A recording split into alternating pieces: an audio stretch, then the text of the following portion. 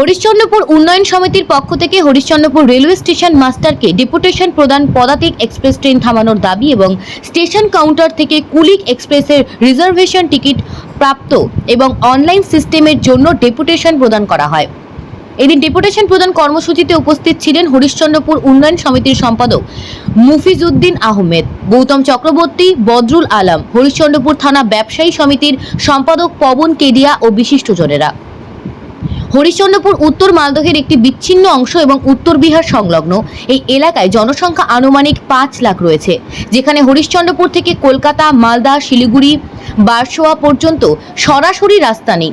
বিশাল এলাকার মানুষ রেল যোগাযোগের ওপর সম্পূর্ণ নির্ভরশীল। তাদের মূল দাবিগুলি পূরণের জন্য এই ডেপুটেশন জমা দেওয়া হয়।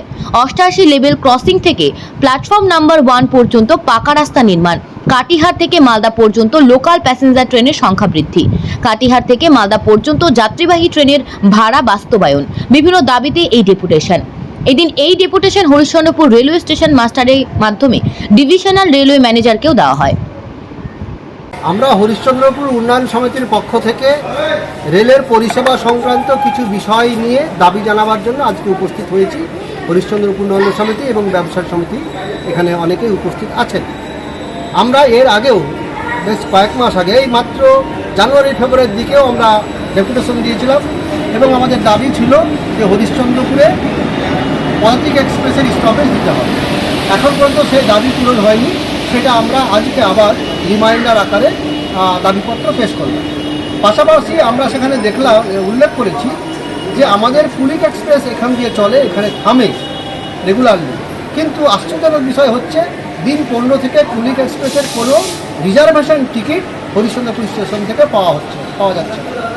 যারা প্যাসেঞ্জার আছেন তাদেরকে আশেপাশের হয়তো ভালুকা বা বারসোয় থেকে টিকিট কাটতে হচ্ছে, বেশি পয়সা। এমনকি হাওড়া থেকে আসার জন্য আমরা রিজার্ভেশন টিকিট কুলিকের পাচ্ছি না। দেখানো হচ্ছে যে কুলিকের স্টপেজ নেই, অথচ কুলিক প্রতিদিনই এখানে আসা যাওয়া করছে এবং আমাদের এখানে দাঁড়াচ্ছে। এছাড়াও আমরা একটা বিষয় লক্ষ্য করছি যে আমাদের এক্সপ্রেস ট্রেন তকমা দিয়ে লোকাল ট্রেন চালানো হচ্ছে, কিন্তু ভাড়া নেওয়া হচ্ছে এক্সপ্রেস ট্রেন। আমরা দাবি করছি যে সেটা এক্সপ্রেস ট্রেনের তকমা তুলে দিয়ে লোকাল ট্রেনের ভাড়া চালু করতে হবে অবিলম্বে। আমরা দাবি করলাম যে আমাদের দুটো প্ল্যাটফর্মে যে শেড রয়েছে সেই শেডগুলো খুবই ছোট, বৃষ্টির দিনে এবং রৌদ্রের সময় প্যাসেঞ্জারের খুব অসুবিধা হয়, সেই শেডগুলো এক্সটেনশন করতে হবে। আমরা দেখতে পাচ্ছি একটা ওভারফুট ব্রিজ বন্ধ করা হয়েছে, একটা চালু আছে এবং সেখানেও সিঁড়ি না থেকে সেটা র্যাম্প দেওয়া হয়েছে, যেখানে অনেক সময় দিয়ে ঘুরতে হয়। আবার 2 নম্বর প্ল্যাটফর্মে কোনো র্যাম্প নেই, ফলে এখান থেকে লাগেজ নিয়ে গেলে 2 নম্বর প্ল্যাটফর্মে আমরা সেই লাগেজ নিয়ে নামতেও পারি না। একটা অবৈজ্ঞানিকভাবে তৈরি করা হয়েছে। ওখানে অবিলম্বে লিফটের ব্যবস্থা করতে হবে এবং আগের যে পুরাতন যে চালু করতে হবে। এছাড়াও আমরা স্টেশনের বিউটিফিকেশন নিয়ে দাবি জানিয়েছি। আমরা দাবি জানিয়েছি যে লিঙ্ক রোড যেগুলো আছে পশ্চিম দিকে এবং পূর্ব দিকে, এসকেট ক্রসিং পর্যন্ত যে পূর্ব দিকে একটা রাস্তা খুব দরকার, নাহলে 1 নম্বর প্ল্যাটফর্মে প্যাসেঞ্জার আসতে পারেন না। এই সমস্ত দাবি নিয়ে আমরা স্টেশন ম্যানেজারের কাছে দাবিপত্র পেশ করলাম এবং ডিআরএমকে সেটা অ্যাড্রেস করা হয়েছে। ডিআরএমের কাছে সেটা পাঠানোর জন্য আমরা এখানে দাবি করেছি। আমরা 7 দিন সময় দিয়েছি। 7 দিনের মধ্যে যদি কোনো রেসপন্স আমরা না পাই, তাহলে হরিশ্চন্দ্রপুরবাসীকে সঙ্গে নিয়ে হরিশ্চন্দ্রপুর উন্নয়ন সমিতি, ব্যবসায়ী সমিতি উদ্যোগ নিয়ে আমরা আগামী দিনে বৃহত্তর আন্দোলন গড়ে তুলব।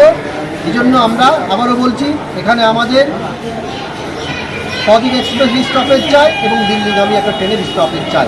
আমাদের দাবি তিনি ঊর্ধ্বতন কর্তৃপক্ষের কাছে অধিদপ্তর পাঠিয়ে দেবেন, এই আশ্বাস দিচ্ছি।